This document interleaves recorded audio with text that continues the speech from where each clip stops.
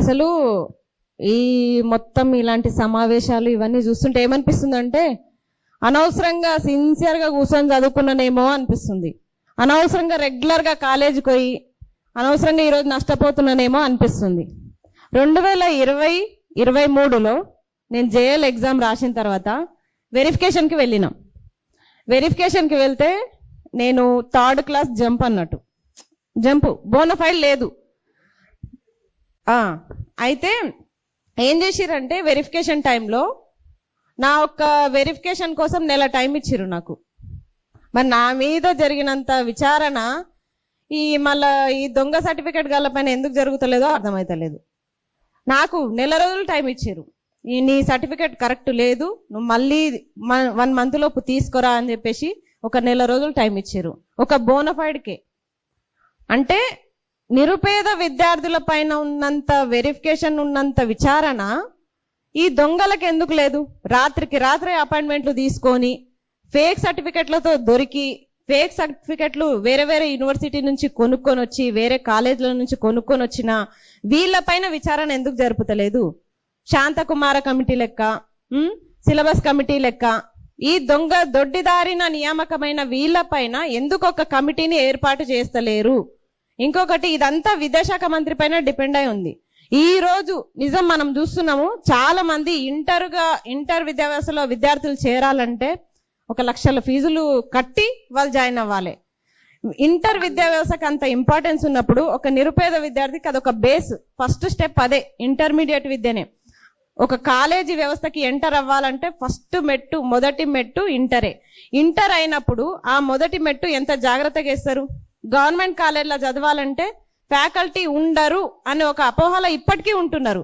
అలాంటిది మీరు 55544 ఇంతమందిని మీరు రెగ్యులరైజ్ చేసిరు. దాంట్లో అసలు ఎవరు ఎందుకు క్రమబద్ధీకరణ చేసిరు, ఎందుకు కాంటాక్ట్ లోలను రెగ్యులర్ చేసిరో మీకు కూడా తెలియదు.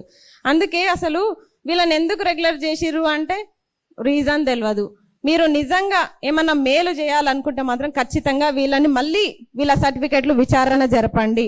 అలాగే అప్పుడు క్రమబద్ధీకరణలో పార్ట్స్ అంటే భాగాలుగా ఉన్న నవీన్ మిట్టల్ పైన, జనార్దన్ రెడ్డి పైన, అలాగే అప్పటి గవర్నమెంట్ లో ఉన్న ఎవరెవరైతే ఉన్నారో వాళ్ళందరి పైన కూడా తిరిగి విచారణ జరపండి.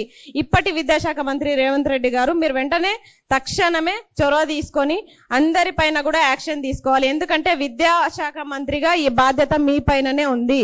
చాలా మంది దొడ్డిదారిన, చాలా మంది ఫేక్ సర్టిఫికెట్లతో వాళ్ళు ఉద్యోగాలు సంపాదించుకున్నారు. వాళ్ళు ఉద్యోగాలు సంపాదించుకోవడం వల్లనే కదా ఈ రోజు మాకు మొత్తం నిరుద్యోగులకి 2 లక్షల ఉద్యోగాలు 0 పోస్టులతోనూ నోటిఫికేషన్లు వస్తున్నాయి. నెక్స్ట్ జేఎల్ గా ఒకవేళ జేఎల్ నోటిఫికేషన్ ఇస్తే మీరు ఎన్ని పోస్టులతో ఇస్తారు? కనీసం ఒక 500 పోస్టులైనా ఉంటాయా?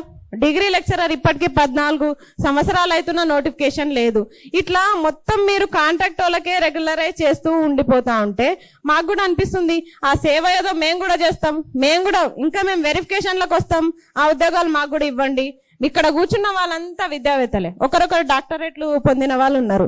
మరి ఇంతకంటే బెటర్ గా చదువుకున్న వాళ్ళు మీరు రెగ్యులరైజ్ చేసిన వాళ్ళ దాంట్లో ఉన్నారా? మేము ఛాలెంజ్ విసురుతున్నాం. కావాలంటే మీరు చూడండి, వాళ్ళని మళ్ళీ వెరిఫికేషన్ కి పిలవండి, మేము కూడా వస్తాం.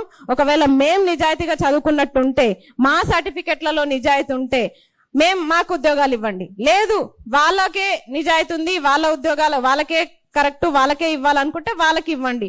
ఇట్లా ఒక ఎగ్జామ్ పెట్టకుండా, ఒక వెరిఫికేషన్ పెట్టకుండా, ఒక రూల్ ఆఫ్ రిజర్వేషన్ పాటించకుండా మీరు ఎంచుకున్న పద్ధతి తప్పు.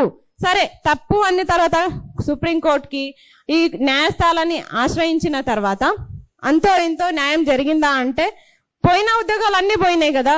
5,000 పోస్టులకి పైగా మొత్తం ఉద్యోగాలు పోయిన తర్వాత ఇంకా ఉద్యోగాలు ఎక్కడుంటాయి? మనకి నోటిఫికేషన్లు ఎక్కడుంటాయి? పోస్టులు ఎక్కడుంటాయి?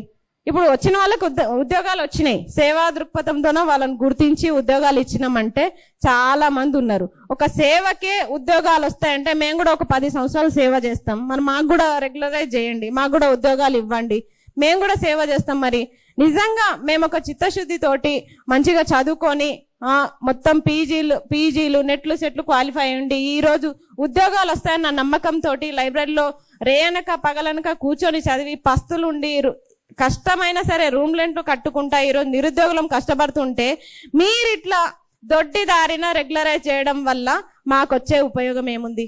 మేము కూడా అట్లా రాంగ్ రూట్లో వెళ్ళాలా? మరి రాంగ్ రూట్లో వెళ్ళి ఉద్యోగాలు సంపాదించుకోవాలా?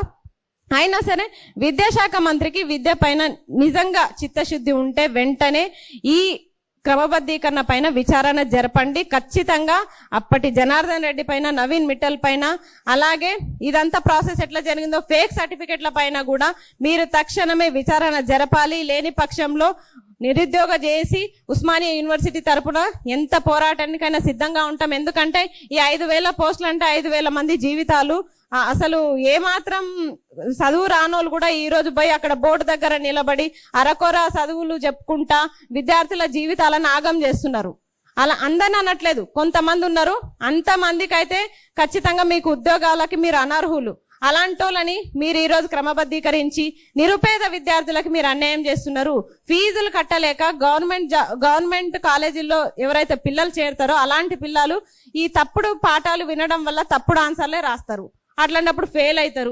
మళ్ళీ ప్రైవేట్ కాలేజీలు అంటారు. ఈ రోజు గవర్నమెంట్ కాలేజీల పైన ఎవరు ఆసక్తి చూపించట్లేదు. ఎందుకంటే ఇట్లాంటి వాళ్ళని నియామకం చేయడం వల్లనే కదా. మీరు ఇట్లాంటి వాళ్ళని రెగ్యులరైజ్ చేయడం వల్ల ఏమైతుందంటే కొంచెం నాలెడ్జ్ ఉన్న పేరెంట్స్ అయితే డైరెక్ట్ చెప్పేస్తారు, వద్దు దాంట్లో అప్పుడు ఫ్యాకల్టీ సరిగ్గా లేదు ఆ కాలేజ్లో, నువ్వు ప్రైవేట్ కాలేజ్కే వెళ్ళు అంటారు. 1,50,000 60,000 కట్టి ఈ రోజు ఇంటర్ కాలేజీలు ప్రైవేట్ కాలేజీలో జాయిన్ అవుతున్నారంటే అక్కడ వైఫల్యం ఎవరిది? ప్రభుత్వాలదే. అది వాళ్ళు చేసిరా మీరు చేసిరా మాకు సంబంధం లేదు. మీరైతే ఖచ్చితంగా తక్షణమే వీటిపైన చర్యలు తీసుకోవాలని చెప్పేసి విద్యాశాఖ మంత్రికి మేము విన్నపం చేసుకుంటున్నాం. ఇంత మంచి అవకాశం ఇచ్చినటువంటి అందరికీ కూడా థ్యాంక్ యూ సో మచ్.